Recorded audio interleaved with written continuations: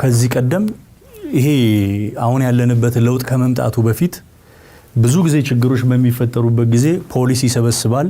ቅድም የጠቀስናቸው አይነት ተቋም እንደ ጦል አይነት ቦታ የሆነ ቦታ ይወስዳል፣ የምስራቅ እዝ ይወስዳል።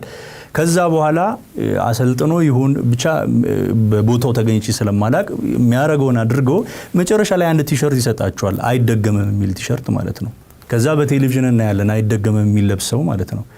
አሁንም ተመሳሳይ አይነት ነገር ሊሰራ ነው ወይንም ደግሞ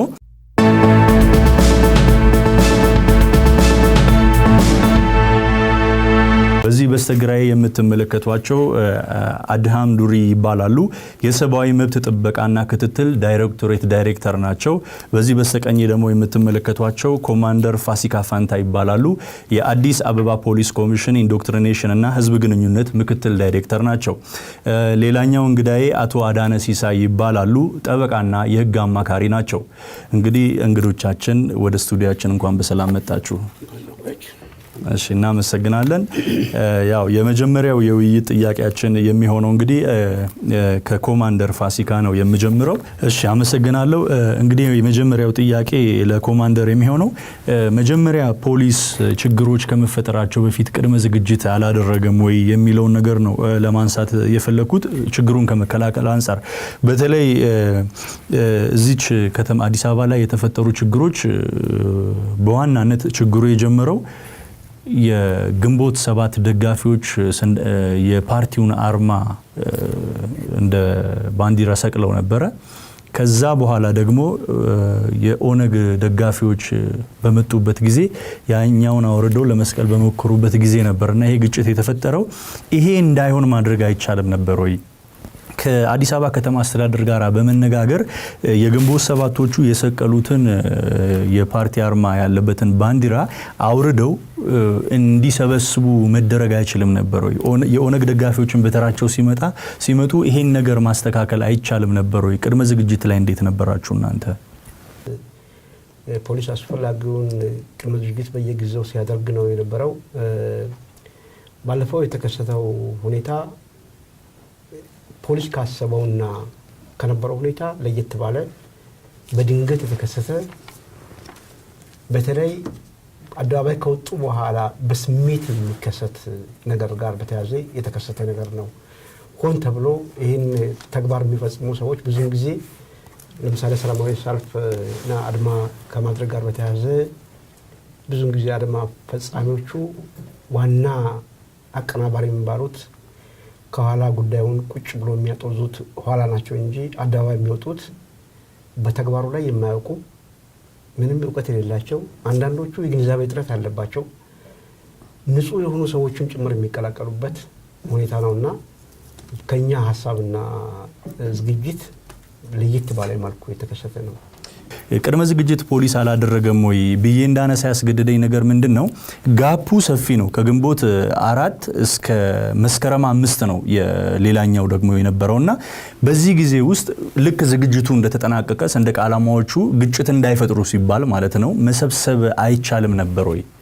አርማቸውን ይዞ በሚወጡበት ጊዜ ማንም ሰው የራሱን ሐሳብ እና የራሱን አመለካከትና አሳሰቡን እንደፈለገ የመናገር ሙሉ መብት፣ የፈለገውን ለብሶ የመውጣት ይወክለኛል የሚለውን ይዞ የመውጣት መብት እንዳለው መንግስት ያስቀመጠው እንዳልከው በሆደ ሰፊነት ያስቀመጠው አለ። የፖለቲካ ምህዳሩን ለማስፋት ካለው ቁርጠኛነት የሰራው አለ። ያንን መነሻ አድርገው በመጀመሪያ ላይ የነበረው ሁኔታ ላይ ብዙ ችግር አልነበረም። ሁለተኛው ጋር የነበረው ነው ለምሳሌ የመንገድ አካፋዮችን፣ የግለሰብ መኖሪያ ቤቶችን፣ የተቋማት አጥርና መስሪያ ቤቶችን ጭምር የፓርቲያቸውን አርማ እንቀባለን አትቀቡም፣ እንደዚህ እናደርጋለን አታደርጉም በሚለው ላይ የተከሰተ ችግር ነው።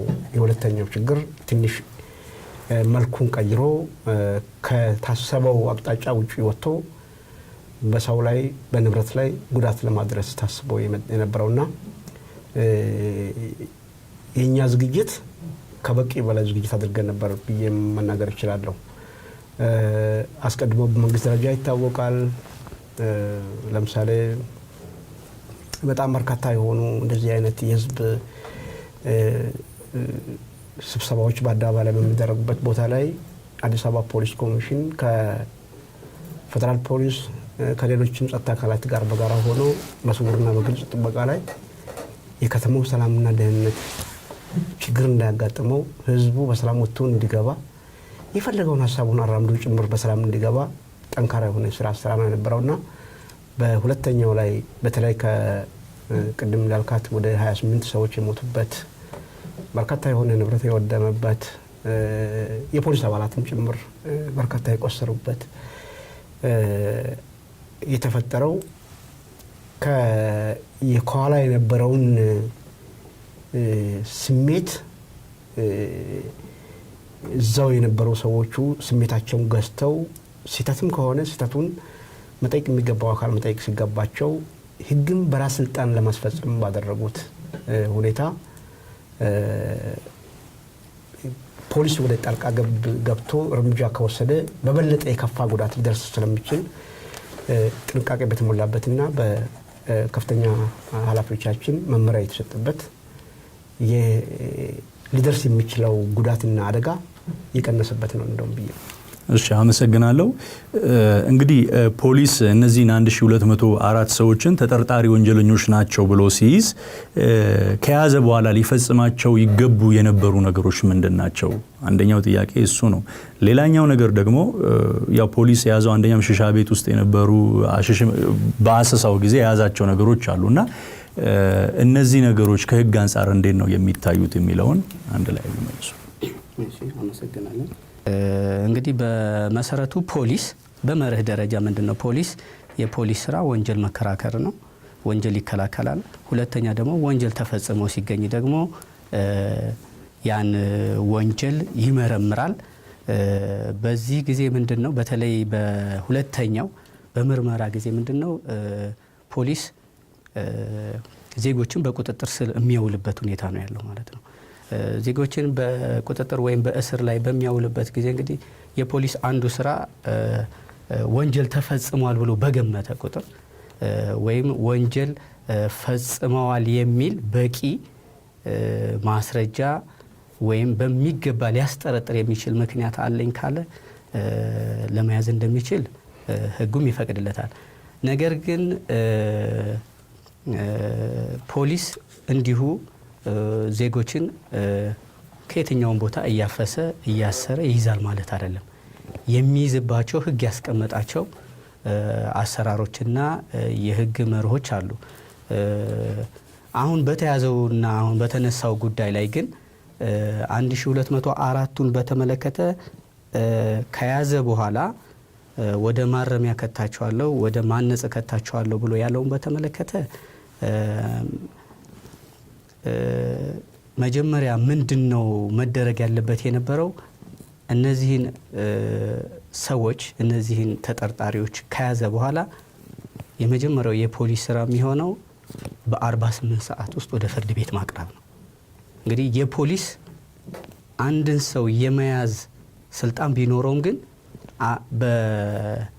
ላልተገደበ ጊዜ እሱ ለፈለገው ያክል ሰዓት ማቆየት አይችልም። የፖሊስ ስራ በፍርድ ቤት ሂደት ውስጥ ማለፍ አለበት። በፍርድ ቤት ሂደት ውስጥ ሲያልፍ ደግሞ ህግ በቂ ነው ብሎ ሁኔታዎችን ገምቶ ያስቀመጠው የጊዜ ገደብ አለ ማለት ነው። ይሄ የጊዜ ገደብ 48 ሰዓት ውስጥ ፍርድ ቤት መቅረብ አለባቸው። ስለዚህ በ48 ሰዓት ውስጥ እነዚህን በወንጀል ጠርጥሬያቸዋለሁ ብሎ ከተለያየ ቦታ የሰበሰባቸውን እንግዲህ የተሰበሰቡት ከመግለጫው እንደሰማ ነው የተወሰኑት ሰላማዊ ሰልፍ ላይ ወጥተው ከአላግባብ የተለያዩ ድርጊቶችን ሲፈጽሙ አግኝቻቸዋለሁ ያላቸውን፣ ሁለተኛ ደግሞ በተለያዩ ቦታዎች በከተማው ያሉ በተለያዩ ቦታዎች ለምሳሌ በሲሻ ቤቶች፣ በጫት ቤቶች፣ በቁማር ቤቶች አግኝቻቸዋለሁ ያላቸውን ሰዎች ነው። እነዚህን ሶስቱን ከተለያየ ቦታ ያሰረውና በ48 ሰዓት ውስጥ ወደ ፍርድ ቤት ማቅረብ አለበት። ይሄ 48 ሰዓት በመሰረቱ ህገ መንግስቱም ላይ ያለ ህገ መንግስታዊ የዜጎች መብት ነው።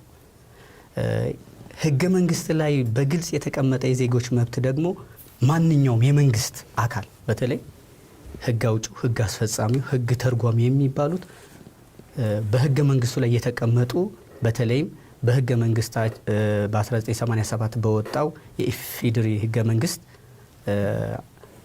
ምዕራፍ 3 ላይ ምዕራፍ 3 ላይ በዝርዝር የተቀመጡትን የማክበር የማስከበር ኃላፊነት አለባቸው።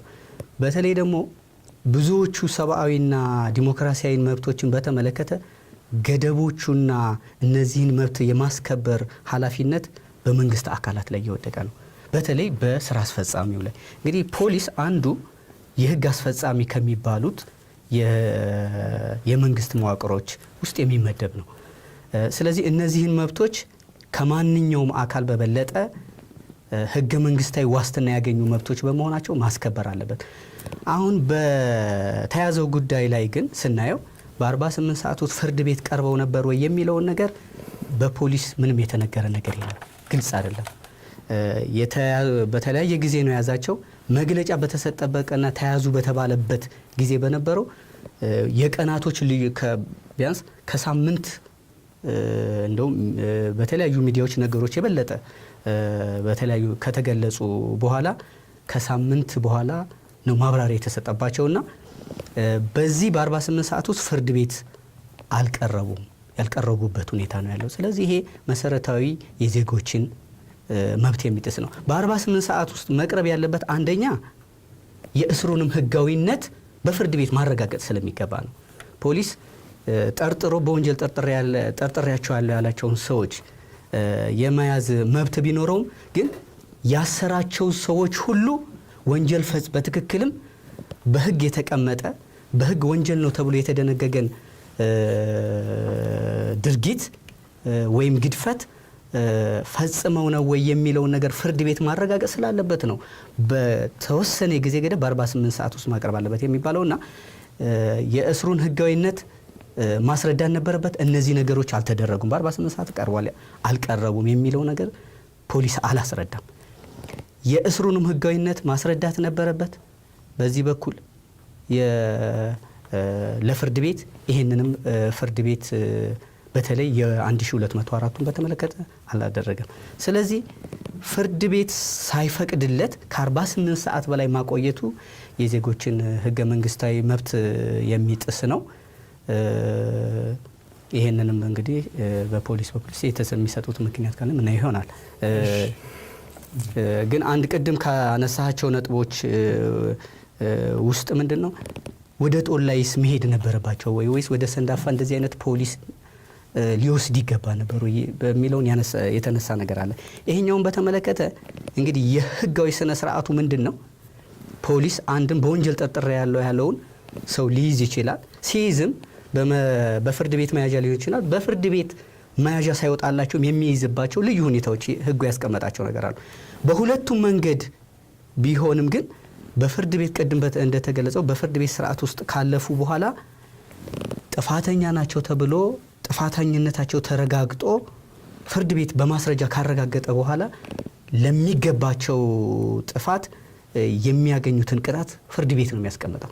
አሁን ግን ምንድነው ፖሊስ እያለ ያለው እነዚህን ሰዎች ወስጄ እኔ አርማቸዋለሁ፣ እኔ አንጼ ለህብረተሰቡ መልሳቸዋለሁ ያለው ከፖሊስ ስልጣንና ተግባር ውጪ ነው። ከህግ አግባብ ስትሪክትሊ ካየ ነው ማለት ነው። የፖሊስ ስልጣንና ተግባር በተለይ የአዲስ አበባ ፖሊስ ስልጣንና ተግባሩ በደንብና በአዋጅ የተቀመጠ ነው። ስለዚህ ፖሊስ አንድን ሰው አስሮ ወደ ሆነ ቦታ ወስዶ አንጬ እለቃለሁ የሚልበት ምንም ህጋዊ መሰረትም የለውምና ይሄንን ያደረገበት አግባብ ከህግ አንጻር ካየነው ተገቢነት የለውም የሚል ነው። እዚህ ላይ ምናልባት አንድ ተጨማሪ ነገር ፖሊስ አርሜ መልሳለሁ ካለ እነዚህ ሰዎች መታረም አለባቸው፣ አጥፊዎች ናቸው የሚል መደምደሚያ ላይ ደርሰዋል ማለት ያስችላል በሌላ መንገድና ይሄኛውን መደምደሚያ ደግሞ መስጠት የሚችለው ፍርድ ቤት ነው። ፍርድ ቤት ባልደረሰበት መልኩ ይሄኛውን ነገር ማድረጉ ተገቢ ነው ወይስ ተገቢ አይደለም የሚለው እንግዲህ አነጋጋሪ ነው የሚሆነው። ኮማንደር ይመልሱልን ይሆናል። ግን እስቲ ወደዚህ ልምጣና አሁን እየተነሱ ያሉትን ሀሳብ እንግዲህ የሰሙ ነውና የሰብአዊ መብት ኮሚሽን እንግዲህ በህገ መንግስቱ የተጣለበት ኃላፊነት አለ፣ መብትና ግዴታ አለ። በተለይ የኢትዮጵያ ሰብአዊ መብቶችን በተመለከተ ባለፈው ጊዜ ቡራዩ ላይ በተፈጸመው ችግር መግለጫዎችን አውጥታችሁ እንደነበር፣ ሪፖርት አቅርባችሁ እንደነበር ይታወቃልና ይሄኛው ነገር ላይ ምን የተንቀሳቀሳችሁት እንቅስቃሴ አለ? አንደኛው ነገር ይሄኛው ነው። እኔ አልሰማውም እስካሁን ድረስ ከእናንተ አካባቢና እሱ ላይ እስቲ የተወሰነ ነገር ነገር። እሺ፣ ቆይታውን የሚወስነው የዳኝነት አካል ነው እና አሁን የተባሉት ሰዎች የተያዙበት ሁኔታ እና ይሄ የማረም የማነጽ ፕሮግራሙ ያዘዘው አካል ማን ነው? ፍርድ ቤት ነው። ይሄ መታወቅ አለበት። ወይስ ፖሊስ በራሱ ነው ወስኖ ልጆቹን እስረኞች አይደሉም ተጠርጣሪዎችም አይደሉም ዝም ብዬ ለማነጽ ነው? የሆነ ጀስቲፊኬሽን ግን ማቅረብ አለበት። ሌላው እንግዲህ ቅድም የመከላከል ስራ መስራት ነው። አንዱ ዋናው ዋስትና ሴፍቲ። እኔ ትጥቅ ፈትቼ ምንም ጠመንጃ ሳይዝ በሰላም እዚህ ከተማ ውስጥ የምንቀሳቀሰው ፖሊስ ይጠብቀኛል። ይህ ሁሉ ሰው ንግድ ቤቱን ኢኮኖሚውን የሚያንቀሳቅሱ ሰዎች ደህንነቴ የተረጋገጠ ነው ብሎ ነው ይህም ሁሉ ካፒታላቸውን ሱቅ ውስጥ ምናምን የሚኖሩ። ስለዚህ ሁልጊዜ ፖሊስ ዋናው ስራ የመከላከል ስራ መስራት፣ የሰውን ደህንነት ማስከበር ነው እና በአሁኑ ጊዜ ግን እየታየ ያለ ሁኔታ ፖሊስ ይህንን ዲዩቲውን ይህንን ግዴታውን በመወጣት ረገድ ክፍተቶች እየታዩበት ነው። ባለፈው ጊዜ ለጠቅላይ ሚኒስትሩ ድጋፍ በተወጣ ጊዜ የደረሰው ጉዳት አለ። በአጭር ጊዜ ውስጥ ብዙ ሴኩሪቲና ደህንነትን ከማስከበር አኳያ ክፍተቶች እየታዩ ነው እና ይህን ካልኩ በኋላ አሁን ለጠየቀኝ ጥያቄዎች ይሄ አሁን በቅርብ ተከስቶ 28 ሰው ከሞተ በኋላ ኮሚሽናችን የአሟሟቱን ሁኔታ ብዙ ወደ 5 ቡድኖች አቋቁሞ እያጣራ ምርመራ እያካሄደ ነው። በቡራዩም የተከሰተውን ሁኔታ መንስኤውን ሁኔታውን ሁሉ መርምሮ ሪፖርት እያጠናከረ ነው። ሪፖርቱ ሲያልቅ ያው መግለጫም ያወጣል። ሌላው ቡድን አሁን የተባሉ አካባቢዎችም ተሰማርቶ ሁኔታዎችን እያጣራ ይገኛል። ግን እንደው ምናልባት እዚህ ከተማ ውስጥ ከታሰሩት ውጪ አሁን ጦል ላይ ያሉት በዋናነት 1204 ላይ ነው እየተነጋገረን ያለ ነውና እነሱ እዛ ባሉበት ሁኔታ መቆያቸው አሁን ለምሳሌ ቀደም ከህግ አንፃር እንደተነሳው እነዚህ ሰዎች ፍርድ ቤት ካልቀረቡ በአንቀጽ 19 ንዑስ አንቀጽ 3 ላይ ያለው መብቶቻቸው ተጥሷል ማለት ነው። በሌላ መንገድ የዋስትና መብት ይጠበቅላቸው ነበር ፍርድ ቤት ቢቀርቡ፣ ይሄ መብታቸው ተጥሷል። ሌላኛው የነጻነት መብት ህገ መንግስቱ ያጎነጸፋቸው መብት ተጥሷል። ከተደነገገው ስርዓት ውጪ ያለመያዝ መብት ነበራቸው። እነዚህ ነገሮች አሉ። ይሄ ባለበት ሁኔታ የሰብአዊ መብት ኮሚሽን በዚህ ላይ ስፔሲፊክ መግለጫ ያልሰጠው አያያዙ ልክ ነው ብሎ ነው ወይስ እንዴት ነው? እስቲ ከዚህ ሊሆን አይችልም። በጭራሽ ሊሆን አያያዙ ልክ ነው ብሎማ ሊሆን አይችልም። መግለጫ ዝም አላለም። ያሰማራቸው ቡድኖች ምርመራቸውን ጨርሶ ስላልመጡ ነው እና መጥተው ሲመጡ ፐብሊክሊ ኦፕንሊ በግልጽ እንትን ሪፖርቱን መግለጫውን ይሰጣል። ጨርሶ ስላልመጡ ነው እንጂ በጭራሽ አሁን እርሳቸው ሊያስረዱን ከቻሉ አላቅም እንጂ። ሌላው አንድ ነገር አቶ አዳንም ያልገለጸው አንድ ሰው መታሰር ደግሞ ያለበት ኦፊሻሊ በሚታወቅ በተመዘገበ ፖሊስ ጣቢያዎች ነው እንጂ አሁን የአዲስ አበባ ፖሊስ ኮሚሽን ከክልሉ አውጥቶ አንድ በቃ ኦብቪየስሊ መናገር የሚቻለው እነዚህ ያውን ያልካቸው ነገሮች እኔ አሁን 10 ዓመቴ ነው እዚህ ስራ ላይ ከሩት የተመዘገቡ ፖሊስ ጣቢያዎች አይደሉም አሉኝ ሊስታቸው በኢትዮጵያ ውስጥ ያሉ በአጠቃላይ በእያንዳንዱ ወረዳ ያሉ ፖሊስ ጣቢያዎች ይታወቃሉ እና በተመዘገበ በሚታወቁ ቦታዎች ነው። እሺ ተመልካቾቻችን ውይይታችን እንደቀጠለ ነው። በውይይታችን ላይ ሐሳቡና አስተያየት ካላችሁ 6178 ላይ ኤል ብላችሁ በመላክ ሐሳብ አስተያየት መስጠት የምትችሉ መሆኑን ለማሳወቅ እንወዳለን። ካፍታ ቆይታ በኋላ ተመልሰን እንመጣለን። የተወደዳችሁ ተመልካቾቻችን ካፍታ ቆይታ በኋላ ተመልሰን መጥተናል። ውይይታችን ይቀጥላል። እንግዲህ እንደተነሱ በርካታ ነገሮች አሉ። አሁን ለምሳሌ እነዚህ ዜጎች በዛ የቆዩት በፈቃዳቸው አልቆዩም። ኦሬዲ የፖሊስ አካል የፖሊስ ተቋም በጥብቅ ሁኔታ ስለወሰዳቸው ነው እዛ ጋር ያሉትና አርማለሁ ብሎ ሲል ቅድም ለአቶ አዳነ እንዳቀረብኩት ጥፋተኞች ናቸው ብሎ አምኖ ነው ፖሊስ። እስቲ ከዛ እንጀምርና አነጋገር። ኦኬ አመሰግናለሁ። በቁጥሩ ላይ ብዙ እንትናልም ምናልባት አሁን ምን ያላሉ ምን ያህሉ ናቸው የታሰሩት እንደምባለው 1204 ናቸው ወይስ ከዛ ያነሰ ነው የበዛ ነው የሚለው ነገር ብዙ እንትናልም። ነገር ግን ባለፈው በነበረው ከተማ ላይ በነበረው ሁከትና ግርግር በመንግስት ደረጃ ትኩረት ተሰጥቶ መያዝ የሚገባቸው በቁጥጥር ስር እንዲውሉ ከኋላ ሆኖ ሲያጦዙ የነበሩ ሰዎች እንዲጣራባቸው ባይደረግ ኖሮ እዚች ጋር ቁጭ ብላ እናውራ። ይሄ ምናልባት ሀገር ልክ እንደ የመን፣ እንደ ሱዳን፣ እንደ ደቡብ ሱዳን፣ እንደ ሶማሌ፣ እንደ ሌላ የሚሆንበት ሁኔታ ነው የነበረው። ይህን ተግባር ሲፈጽሙ የነበሩ ሰዎች ጥፋተኛ ሳይሆኑ መንገድ ላይ የተያዙም አይደሉም። ግማሾቹ ሰው የገደሉ፣ ግማሾቹ ንብረት ያቃጠሉ፣ ባንክ ቤት የዘረፉ፣ ያወደሙ፣